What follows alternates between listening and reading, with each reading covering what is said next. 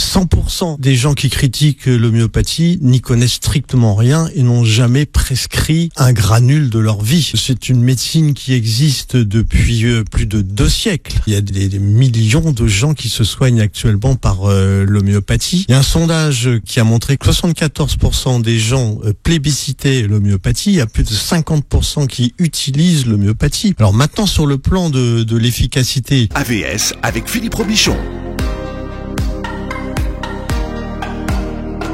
À votre santé, une nouvelle semaine santé avec le docteur Jean Rothman qui est mon invité. Bonjour et bienvenue.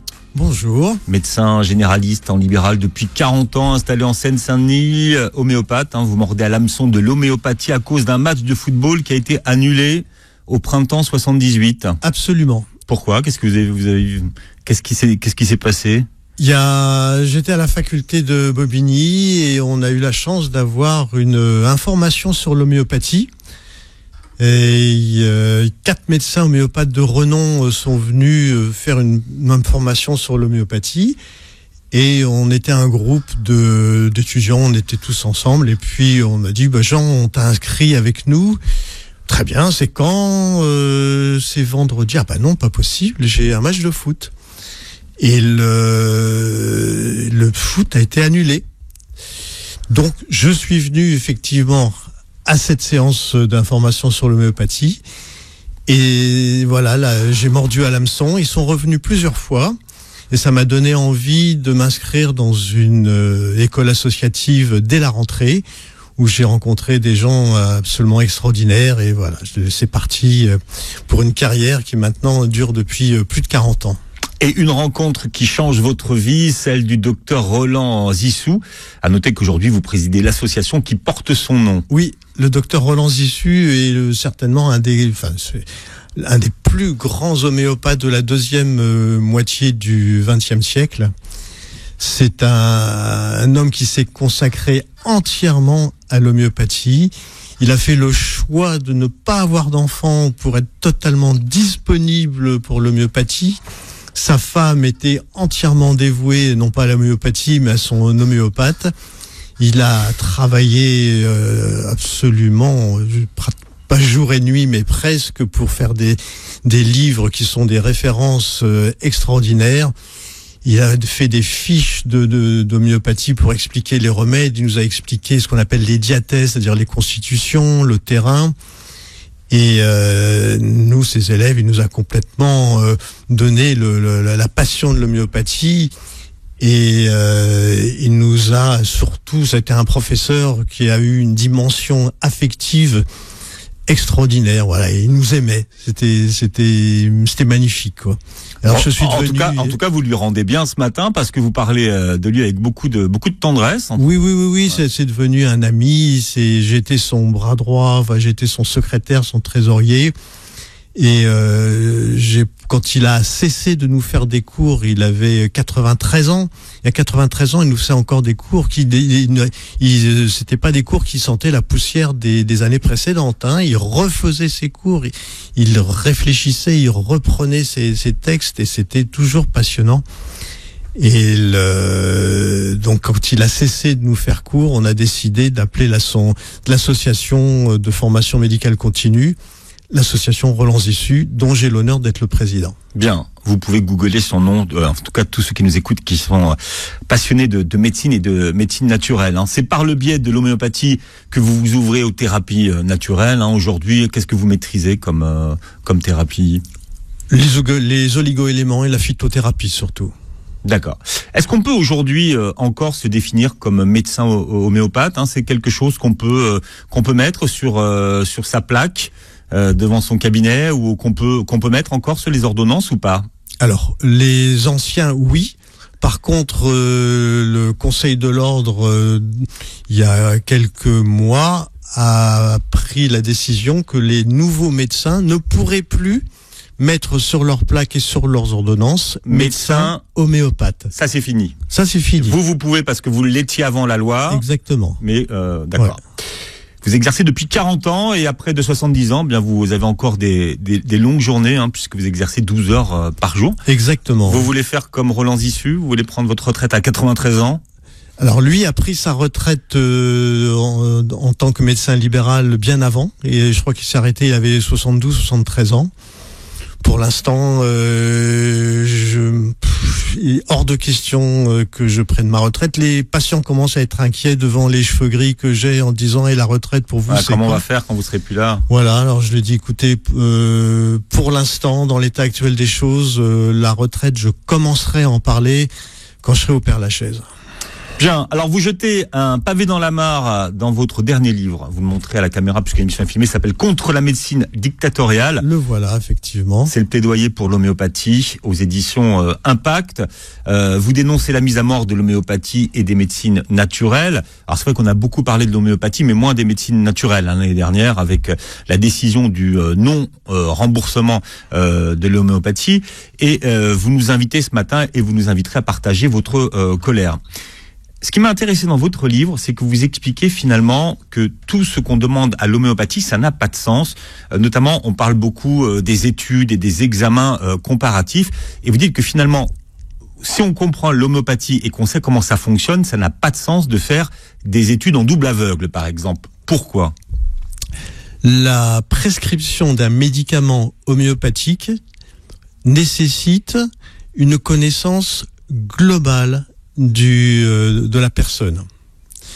Quand un patient vient me voir et me présente un de ses symptômes, son symptôme, ce n'est qu'une pièce de puzzle que je dois reconstituer dans un puzzle le plus complet. Et une fois que j'ai la connaissance globale de ce puzzle, je peux retourner aux symptômes avec le médicament adapté à son terrain, à sa constitution. Donc, ce qu'il faut expliquer, donc, ça veut dire que pour une même maladie, on va dire que vous avez 5 personnes qui viennent vous voir avec une angine.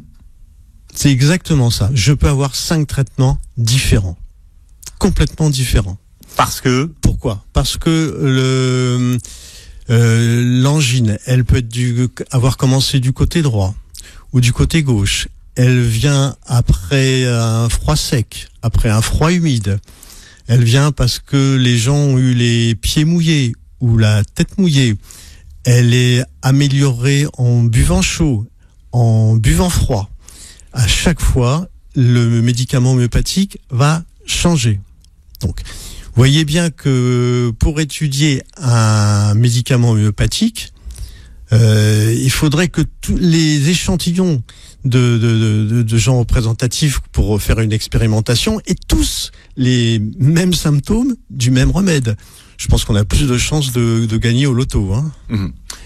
Alors c'est pour ça que finalement les arguments que vous avancent les détracteurs que ces fameuses études en double aveugle n'ont jamais montré l'efficacité de l'homéopathie, ça s'explique par le fait que de toute façon pour un même symptôme on ne donne pas toujours le même traitement. Exactement. Exactement. Et donc, et que pour vous, la méthodologie n'est pas la bonne pour prouver l'efficacité de l'homéopathie. Exactement. Si on parle des angines, si effectivement on décide de tester, pardonnez-moi, un médicament pour les angines, si les gens n'ont pas les symptômes qui correspondent à ce médicament, effectivement, le traitement sera absolument inefficace. Vous expliquez que depuis 40 ans, vous soignez les angines grâce à l'homéopathie et que vous avez des résultats super. Ah, complètement. Et très rapides, contrairement peut-être à l'allopathie. Mais effectivement, je plaisante souvent, je dis c'est 48 heures chrono. Hein. Pour une angine. Pour une angine, oui. Les otites, c'est très rapide. Les rhinopharyngites, des fois ça traîne un peu. Les toux bronchiques chez les enfants, ça peut un peu traîner aussi. Mais c'est vraiment très spectaculaire. C'est très spectaculaire. Et surtout, ça ne revient pas. Les gens ne récidivent pas. Parce que quand les gens prennent des antibiotiques, ça déstabilise la flore intestinale. Il va y avoir des souches résistantes qui vont régner en maître dans une flore qui est appauvrie.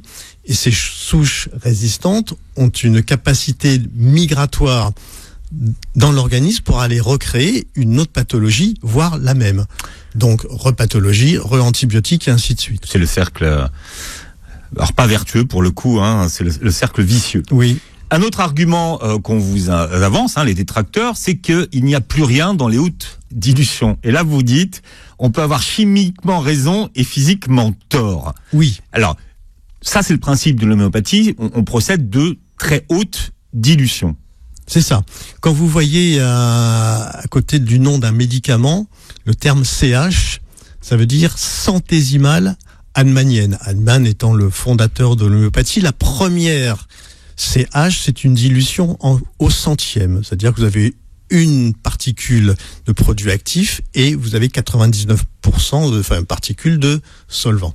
Ça, c'est la première centésimale homéopathique, première CH. Et la deuxième est une dilution au centième à partir de la première. Et ainsi de suite, et on va jusqu'à 30 CH. En France, on peut aller jusqu'à 30 CH.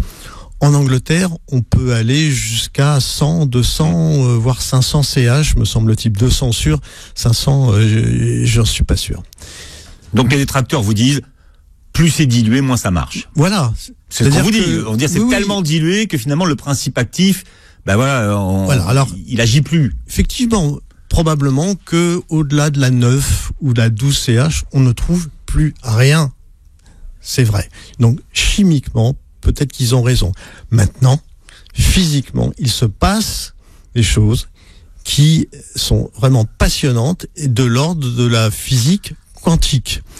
Il y a un médecin absolument, un chercheur extraordinaire qui s'appelle Jean-Louis Demanja, qui est à l'hôpital de Haguenau en Alsace et qui a étudié la structure de l'eau avec les hautes dilutions homéopathiques et qui s'est aperçu qu'il y avait des nanostructures qui étaient porteurs de substances, particulièrement avec de la silice, et plus on monte la dilution et plus il y a de nanostructures dans ces hautes dilutions.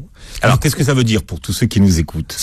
Ça veut dire qu'on ne peut pas dire qu'il n'y a rien dans les dilutions homéopathiques. Ça ne veut en aucun cas exprimer le fait que ça fonctionne dans le corps. Ça n'explique pas le fonctionnement de l'homéopathie dans le corps humain. Mais on peut pas dire qu'il n'y a plus rien. Comme je l'explique aussi dans le livre, la substance de référence, le solvant, c'est l'eau. Bon. On ne connaît pas le fonctionnement de l'eau qui fait partie de 75% de notre corps. Nous sommes faits de 75% d'eau. On ne sait pas comment fonctionne l'eau, quelles sont les énergies qu'il peut y avoir dans l'eau. On connaît tous la formule de l'eau, H2O. Ce sont des liaisons oxygène-hydrogène qui se font et qui se défont sans cesse, qui déclenchent une énergie, un mouvement cinétique, mais on n'en sait pas plus. Personne n'a étudié le fonctionnement de l'eau. Ce que vous nous expliquez, c'est que finalement l'homéopathie révèle une vraie nature quantique et que c'est de là que vient son extraordinaire efficacité, c'est ça ? Alors ça, c'est le professeur Marc-Henri. Un autre. Oui, qui explique ça. C'est vraiment de la physique de très très haut niveau. Hein. Vous savez que tout ce qui est quantique en ce moment, c'est à la mode. Hein. Vous pouvez y aller. Oui, bien sûr, mais c'est l'avenir, effectivement. Ouais. Il y a un autre pharmacien génial qui s'appelle Albert Claude Kemoun, qui lui aussi a réalisé des travaux sur l'homéopathie. Qu'est-ce qu'il a trouvé, lui ? Alors, Albert Claude Kemoun a bloqué des récepteurs du cerveau, qu'on appelle des récepteurs muscaréniques, et ces récepteurs de cerveau se sont mis à refonctionner grâce à l'homéopathie, grâce à ce qu'on appelle les solanacées, c'est-à-dire la belladone ou la jusquiam. Avec des dilutions de belladone, il a débloqué ces récepteurs du cerveau et ces travaux ont été reconnus par l'Académie des sciences et de mathématiques, point de suspension, de Russie. Belladone, pour tout le monde, c'est... La belladone, c'est une substance végétale c'est un remède qui est extrêmement prescrit quotidiennement. C'est un remède qu'on utilise dans les inflammations. On parlait des angines tout à l'heure. c'est un maître remède dans les angines, effectivement. Bon, et vous le disiez, hein, en Russie, l'homéopathie a pignon sur rue. Dans votre livre, vous démontez tous les arguments qui parlent de l'inefficacité de l'homéopathie, hein, notamment. Alors il y a un autre qui dit que finalement l'homéopathie c'est des granules et du sucre.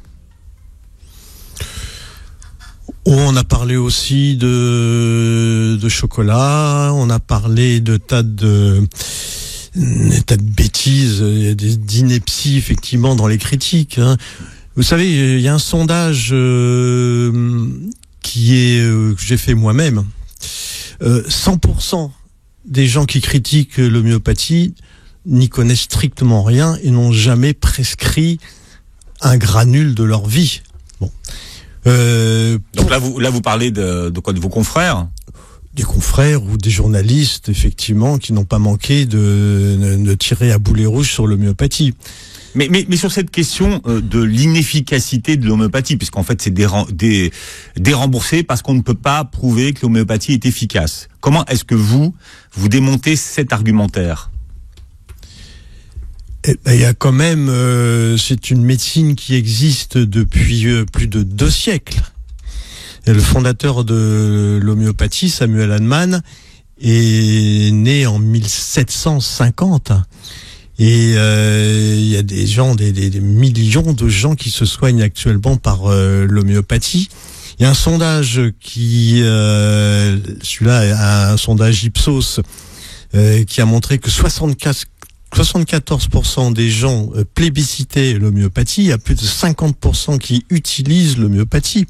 Alors maintenant, sur le plan de l'efficacité, les critiques viennent du fait que les gens ne peuvent pas admettre que les bases dilution puissent être actives. On a appris aux élèves des écoles de médecine, dans les cours de pharmacologie, qu'une substance devait se situer entre un seuil maximal au-delà duquel on était toxique et entre un seuil minimal et au-delà duquel, en dessous duquel, on est absolument inefficace, il ne se passe rien. Et entre les deux, on a une zone qui est thérapeutique. Et ben voilà, c'est faux. Les bases dilution, effectivement, ont une action qui est vraiment extrêmement efficace. Hippocrate avait déjà découvert ça 4 siècles avant Jésus-Christ. Il s'était aperçu que la même substance, à dose pondérale et à dose infinitésimale, avait les effets inverses. Et c'est un jour Samuel Hahnemann, en traduisant Hippocrate de grec en allemand, a été complètement interloqué par ce qu'il a lu et a commencé à faire ses expérimentations et s'expérimenter sur lui-même ce qu'on appelle le quinquina, qui a déclenché des symptômes de paludisme. Et il s'est fait des hautes dilutions de ce quinquina, qui est devenu le remède qu'on appelle China, et il s'est guéri de ces symptômes. Et on en parlait tout à l'heure, effectivement, les expérimentations qu'on a pu faire n'ont pas donné la preuve d'une efficacité en fonction des critères que les allopathes recherchent, c'est-à-dire avec les expérimentations en double aveugle, vu qu'effectivement un médicament ne peut pas être prescrit à l'aveugle. Ça n'a pas de sens. Pour expliquer à ceux qui nous écoutent, quelle est la différence de prescription d'un médicament en allopathie et en homéopathie? En allopathie, qu'est-ce qu'on va rechercher à faire face à une pathologie ou face à un symptôme? En allopathie, vous avez un symptôme et on va être contre, c'est-à-dire qu'on est anti-tout. Il y a peu de démarche intellectuelle, il y a peu de réflexion. Il y a une hypertension, on donne un antitenseur. Il y a une douleur, on donne un antalgique. Il y a une dépression, on donne un antidépresseur. Il y a une diarrhée, on donne un antidiarrhéique, etc., etc. Donc c'est donc le fonctionnement, le principe de fonctionnement de l'allopathie. Tout à fait, oui. On va combattre donc le symptôme, c'est ça? Oui. On combat uniquement le symptôme. L'homéopathie est différente. On ne soigne pas une maladie, on soigne un malade.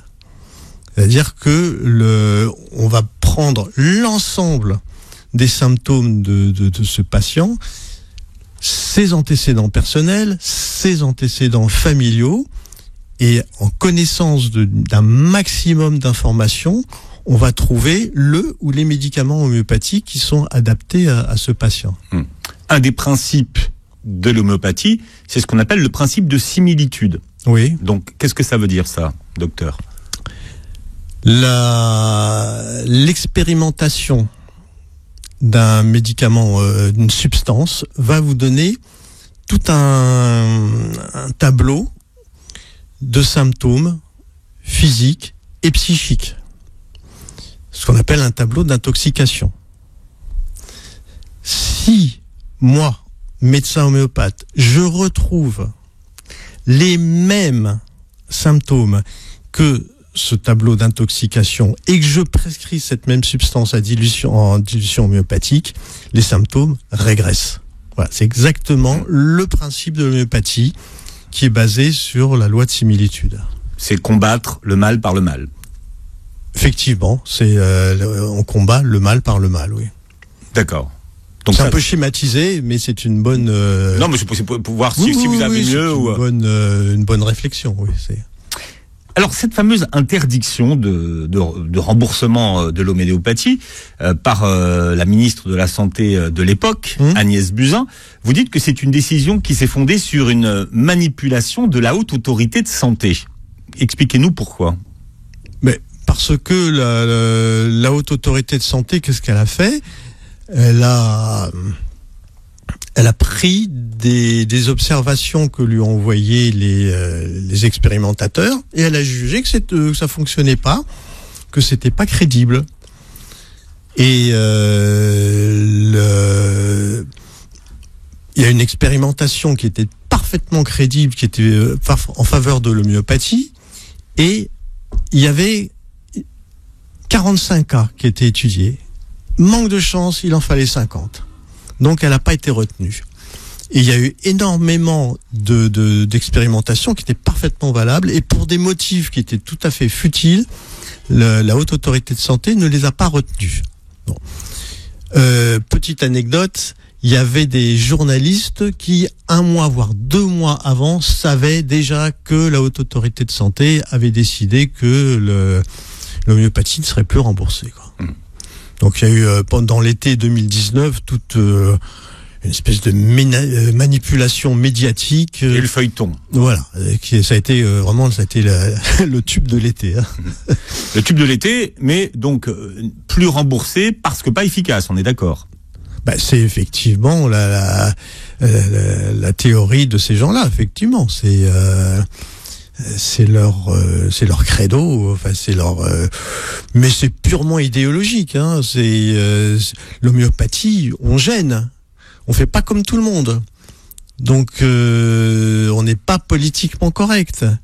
Tous les milliers de gens, les millions de gens qui se soignent par homéopathie, du coup ils ne prennent pas de médicaments allopathiques et l'industrie pharmaceutique en pâtit sur le plan financier, ça c'est évident. Et on est dans une période d'économie, hein, docteur Jean Rothman. Est-ce que l'homéopathie ça coûte cher au budget finalement de... Ah oui, ça coûte très très cher, 125 millions d'euros à l'année. Le déficit, je parle pas du budget, le déficit pour l'année 2020 est de 40 milliards d'euros, et selon certaines sources, c'est même 50 milliards d'euros. Donc, ce que coûte l'homéopathie, c'est 125 millions d'euros. Donc, ça coûte vraiment rien. C'est 0,5% du budget de la Sécu. Bon. Donc, l'argument qui consiste à dire, on dérembourse parce que c'est pour faire des économies, c'est un argument que vous n'acceptez pas ? C'est complètement fallacieux. C'est vraiment, c'est absolument pas, c'est scandaleux, quoi. D'autant plus que les gens s'imaginent que les homéopathes, on soigne des gens, des bobos parisiens qui font du Vélib. Voilà, qui ont tous des comptes en banque bien fournis. Mais c'est faux. Moi, je suis médecin en Seine-Saint-Denis. Bon, je suis au Rincy. Le Rincy, toute proportion, oui, c'est une ville. Toute proportion gardée, c'est un peu le Neuilly de la Seine-Saint-Denis. Mais moi, je reçois des gens qui viennent de tout le département, qui viennent de Clichy-sous-Bois, qui viennent de Montfermeil, qui viennent de banlieues qui sont vraiment pas favorisées du tout, Aulnay, Tremblay, etc. Et je peux vous dire que j'ai des gens qui me demandent de remettre des chèques de 30 ou de 50 euros en fin de mois. J'ai des gens qui sont qui ont la CMU, c'est-à-dire la couverture mutuelle universelle. Et donc le jour où il va falloir qu'ils payent les granules d'homéopathie, ils ont 2, 3, 4, 5 enfants, mais ça va être un trou dans le budget, ça va être un sacrifice. Il y en a qui ne pourront pas suivre. Il y a des gens qui me disent, mais c'est scandaleux, j'ai cotisé toute ma vie, je cotise, et pourquoi je suis discriminé comme ça? Pourquoi je suis pas remboursé?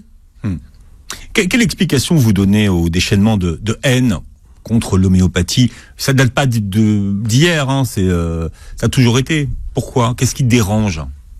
Je vous dis, on fait pas comme tout le monde. On n'est pas. Il y a encore des gens, la plupart des gens nous disent, mais ça ne peut pas fonctionner uniquement parce que on a des dilutions infinitésimales. Et on leur a appris à l'école, effectivement, à la fac de médecine, que en dessous de ce seuil minimum, on est à un stade infraclinique et qui est inopérant. Et on s'aperçoit que c'est absolument faux et archi faux. Et le problème, c'est que les gens qui critiquent l'homéopathie n'ont jamais expérimenté eux-mêmes, n'ont jamais étudié et prescrit le moindre granule. Si encore des gens avaient fait des études et m'avaient dit, voilà, j'ai prescrit, votre truc, ça marche pas.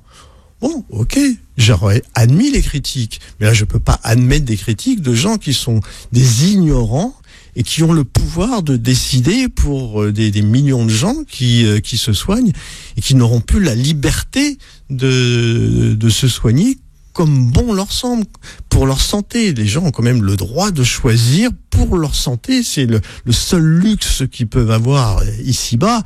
Et ils ont quand même la possibilité de choisir la façon dont ils ont envie de se faire soigner. Et il y a des gens qui ne l'auront plus, parce qu'ils seront pénalisés financièrement. Et moi, j'appelle ça, c'est un acte qui est dictatorial. Alors, il y a le fameux effet placebo. Alors là, on le convoque. Oui. On le convoque dans l'homéopathie, en disant que finalement, ça fonctionne pas, c'est l'effet placebo. Alors, l'effet placebo existe pour toute prescription. Bon. C'est un transfert que le soigné fait sur le soignant. Et c'est-à-dire, corps, alors expliquez pour tout le monde ce que c'est. C'est-à-dire que le corps va sécréter des substances qu'on appelle des endorphines, qui fait que le produit devient actif. Bon. Pourquoi? Parce qu'il a confiance en son médecin? Oui, bien sûr. Alors, nous, en tant qu'homéopathes, il est clair que, vu le temps qu'on passe pour une consultation, pourquoi on passe beaucoup de temps? Parce qu'on a besoin de connaître tous les symptômes, tous les antécédents familiaux, personnels, le terrain, le psychisme est vraiment prépondérant. Donc, il faut qu'on parle à bâton rompu. Donc, obligatoirement, les gens se sentent beaucoup plus en confiance, se sentent écoutés. Et s'ils sont écoutés, effectivement, je pense qu'il y a un effet placebo qui est un accélérateur. Bon.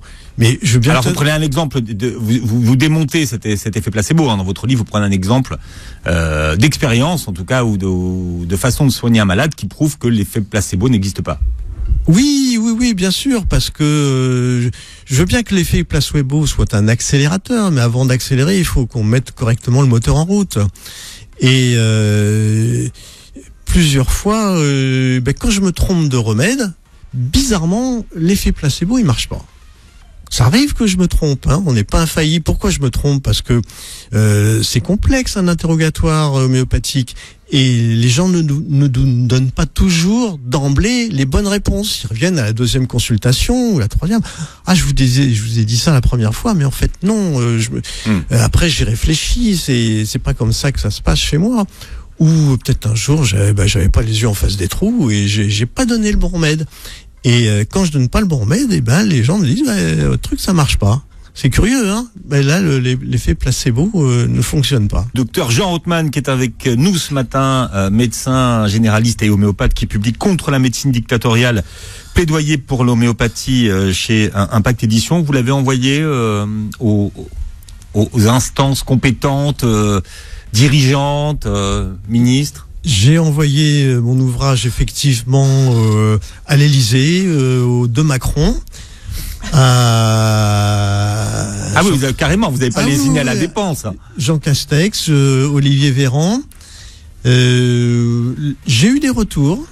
Jean Castex, ou tout au moins son chef de cabinet, alors je vais dire correct. Voilà, une lettre me disant j'ai bien reçu votre ouvrage, il est fort intéressant. Bon, il m'a joué un peu de violon, mais bien sûr, j'aurais pas la possibilité de vous recevoir. Et il refile le bébé au ministre de tutelle, qui est Olivier Véran, lequel, bien sûr, avait reçu le livre.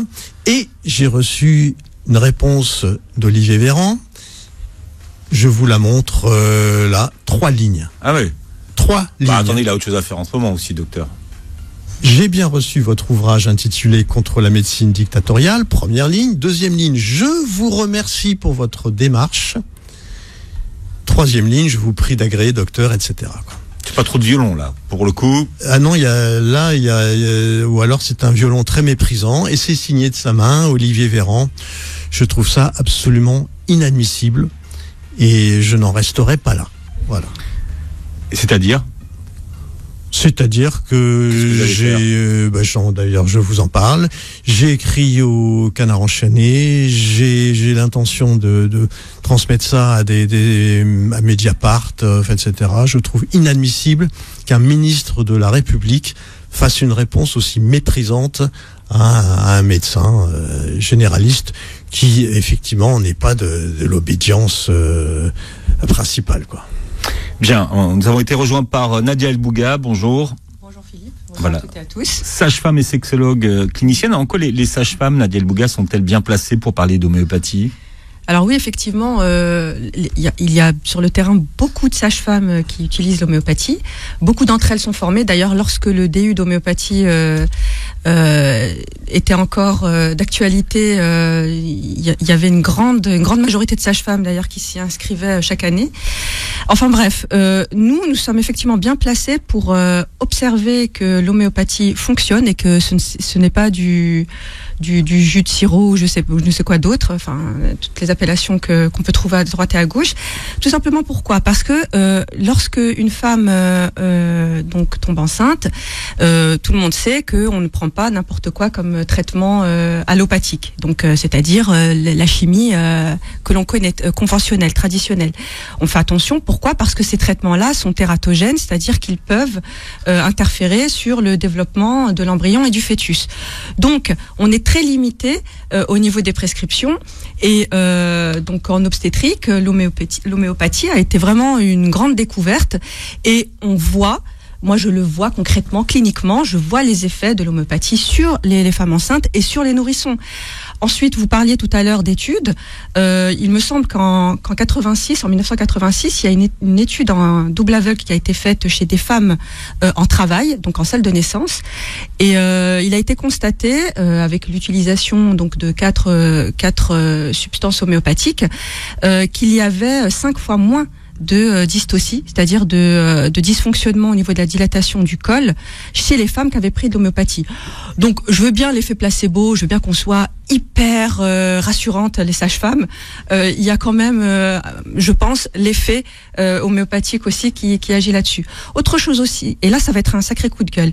Pendant des années, on a utilisé donc un inhibiteur calcique que vous devez connaître, l'adalate pour le citer, qui est un traitement à la base qui est prescrit pour les angines de poitrine, enfin voilà, qui est utilisé en cardiologie à la base. Hein.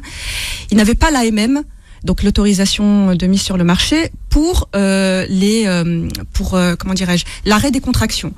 Nous, on l'utilisait dans cet objectif-là parce que on s'est rendu compte qu'effectivement, des femmes qui en prenaient, ça stoppait les contractions, donc ça avait un effet tocolytique.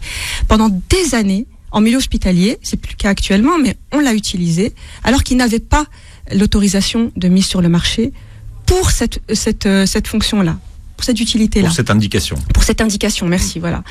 Et ça n'a dérangé personne. On a tout simplement constaté les effets bénéfiques parce qu'effectivement, c'est indéniable, ça stoppait les contractions. Hein, les femmes qui arrivaient avec une menace d'accouchement prématuré, on voyait bien les effets derrière et les contractions qui s'estompaient. Néanmoins, il n'y avait pas d'autorisation de mise sur le marché pour ça. Pourquoi ? Je me pose la question, et là effectivement, on peut interpeller notre ministre de la Santé. Pourquoi est-ce que des traitements allopathiques qui n'ont pas une autorisation de mise sur le marché sont autorisés et on les utilise en connaissance de cause, nous, les soignants sur le terrain, et pourquoi l'homéopathie, quand on vous apporte des preuves, où on écoute les cliniciens et les cliniciennes, ou alors c'est la pharmaceutique qui a tous les pouvoirs, et dans ce cas-là, qu'on nous forme plus à notre clinique et à l'observation. Voilà. Tout à fait, bravo. Je parle dans mon livre d'un médicament allopathique qui est extrêmement efficace. Il y en a un. Je vais parler d'un. J'en parle bien. Oui. Ça s'appelle le Trizénox. Ce Trizénox, c'est du trioxyde d'arsenic qui n'est rien de plus que notre remède homéopathique Arsenicum album. La dilution qu'ils utilisent doit être proche de la 4CH. À quoi sert ce médicament ? Ça soigne pas des rhinopharyngites ou des angines ou des choses bénignes. Ça soigne une leucémie qui est extrêmement grave, qui s'appelle la leucémie promyélocitaire aiguë et qui tue des jeunes entre 20 et 30 ans. Et ce médicament, effectivement, est très efficace. Il faut des perfusions pendant 50 ou 60 jours. Et les gens guérissent. Donc, ces gens font de l'homéopathie sans le savoir, hein, comme Monsieur Jourdain faisait la prose sans le savoir. C'est curieux quand même quand un médicament homéopathique est dissimulé dans un produit allopathique, tout d'un coup il devient très très efficace, alors que si on le donne en granules, ça ne fonctionne plus. On parlait de l'effet placebo tout à l'heure.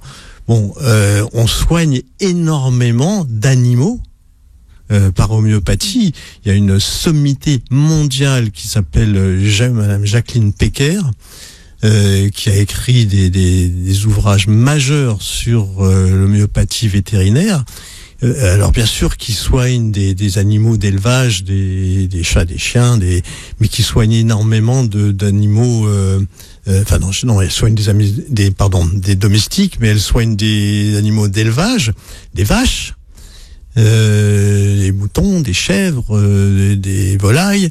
Elle soigne énormément de chevaux et des chevaux qui sont des sportifs de haut niveau, qui ont des douleurs, qui ont des problèmes musculaires, articulaires, et qui ont le trac aussi. Et on soigne quand un cheval doit faire une course et a le trac, soit il est agité avant la course, soit il est complètement paralysé, et bien le remède va complètement être différent selon le comportement du cheval. Elle a même soigné des animaux du zoo de Vincennes. Elle a soigné des lions et même des crocodiles. Alors je sais pas si elle leur a dit de laisser les granules fondre sous la langue, j'en sais rien. Ça m'étonnerait. Je sais pas combien il faut de tubes pour un crocodile. Mais c'est bon. Alors qu'on vienne pas me parler de l'effet placebo chez les animaux du zoo ou chez les vaches. Hein. Mais est-ce que la défiance vient du fait qu'on n'arrive pas à expliquer précisément le mode et le mécanisme d'action de l'homéopathie ? C'est vrai, on l'a. Comment ça marche, vous voyez ? Mais on sait pas. C'est cette question. Alors, si vous dites on sait pas, vous voyez les... Oui, je reconnais effectivement, il y a un maillon du raisonnement On ne sait pas qui comment manque. ça fonctionne. Mais non, mais comme comme je dis dans mon bouquin, l'aspirine pendant 70 ans a été prescrite. On savait pas comment ça fonctionnait. On voyait que ça fonctionnait, donc on l'a prescrite.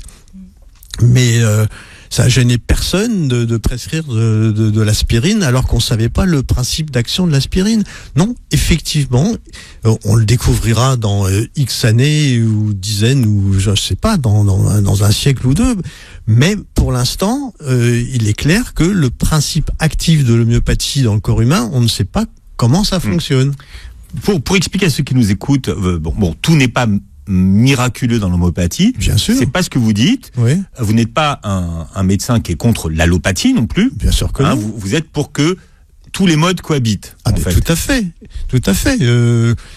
Quand j'ai un patient en face de moi et avec ses symptômes, ses maladies, la question que je me pose, c'est quelle est la meilleure thérapie pour qu'il aille mieux, qu'il revienne me revoir dans X temps, 1 mois, 2 mois, 3 mois selon le cas.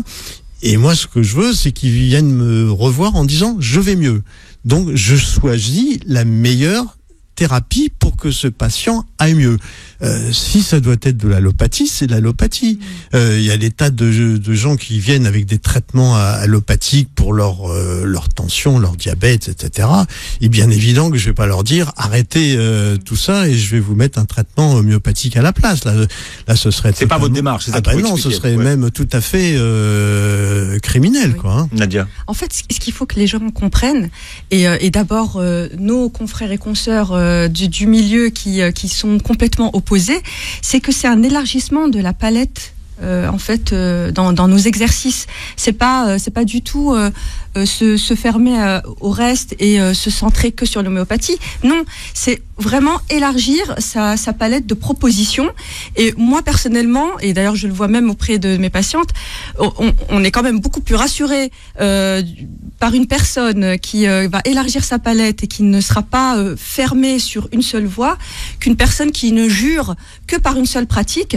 Voilà, prenez vos jambes à votre cou et puis allez voir quelqu'un d'autre, parce que là en fait ce que vous dites tout simplement c'est ne nous limitons pas, il y a des possibilités et moi dans ces possibilités je suis formée à une technique qui marche. Alors vous avez commencé l'écriture de votre livre avant le début de la pandémie, il y a 1 an. Depuis, nous fêtons le premier anniversaire de la pandémie Covid. Hein. Vous avez adressé par mail, dites-vous, un traitement préventif contre les infections virales et grippales à tous ceux dont vous aviez l'adresse mail. Combien de patients Covid aujourd'hui vous avez soigné? Parce que franchement, on voit beaucoup de traitements qui apparaissent sur la toile par les médecines naturelles. Certains ont même été interdits et on n'a pas laissé la parole à ceux qui proposaient une autre alternative pour soigner du Covid. Alors, sur la période mars-avril 2020... C'est celle que vous donnez dans votre livre. Voilà, ouais. J'ai eu 28 cas. Bon, ça fait quand même pas mal. Sur ces 28 cas, je n'ai eu aucune hospitalisation, aucun décès. Bon, il y a eu énormément de choses bénignes. Hein. J'ai pas eu que des gens qui ont été extrêmement atteints. Mais j'avoue que j'ai eu au moins 4 patients qui m'ont donné des sueurs froides. Ouais, mais là c'est mars-avril. Là maintenant, on est quand même presque 1 an plus tard. Donc vous avez dû voir d'autres patients. Oui, alors... Quelle tranche d'âge? Moi, personnellement, je n'ai pas eu de cas très très graves. C'est avec la deuxième vague là de octobre-novembre. Et actuellement, j'en ai vraiment très très peu. Alors je dis pas qu'il se passe rien, hein, j'écoute les infos et comme tout le monde. Mais moi personnellement, et dans votre j'ose espérer, grâce à la prévention que je donne, j'ai très peu de symptômes qui évoluent de façon grave. Et donc c'est une prévention qui concerne quoi? Donc qu'est-ce que vous prévenez dans ces cas-là? J'associe l'homéopathie, les oligo-éléments, la phytothérapie, vitamine D, etc. Et vitamine C, le zinc, et je vous assure que ça renforce énormément le terrain, la constitution. Et Mais est-ce que vous avez reçu un avis du Conseil de l'Ordre qui vous disait de pas le diffuser, votre ordonnance préventive, en fait, Non. Pour l'instant, j'ai rien su. Non. Ça viendra peut-être, mais pour l'instant, on vous a rien dit. on m'a rien dit, non. Ouais. Ça tiendrait pas la route parce que c'est préventif. Donc en quoi ça met pas en danger? Vous n'avez pas des gens qui sont atteints et pour qui vous préconiseriez un traitement miracle.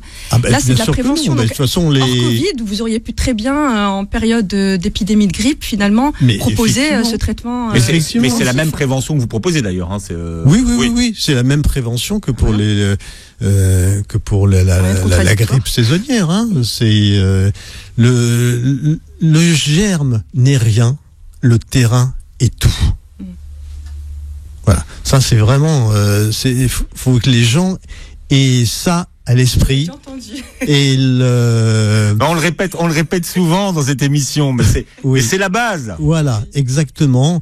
Et quand vous avez deux personnes l'un à côté de l'autre qui sont atteintes du même virus, Monsieur X va être totalement asymptomatique et Monsieur Y peut aller jusqu'à décéder. Bon, le virus n'est pas plus violent chez l'un que chez l'autre, donc c'est le terrain qui fait la différence, c'est la constitution qui fait la différence. Voilà, docteur Jean Rothman, je rappelle le titre de votre livre, Contre la médecine dictatoriale, plaidoyer pour l'homéopathie, chez Impact Édition. Merci d'avoir été avec nous. C'est moi qui vous remercie. Nadia, on vous retrouvera demain, entre 9h et 10h, on parlera de l'infidélité. Vous réécoutez l'émission en podcast sur beurrefm.net et puis vous pourrez voir la vidéo sur la chaîne YouTube de Beurre FM. Très belle journée santé sur notre chaîne.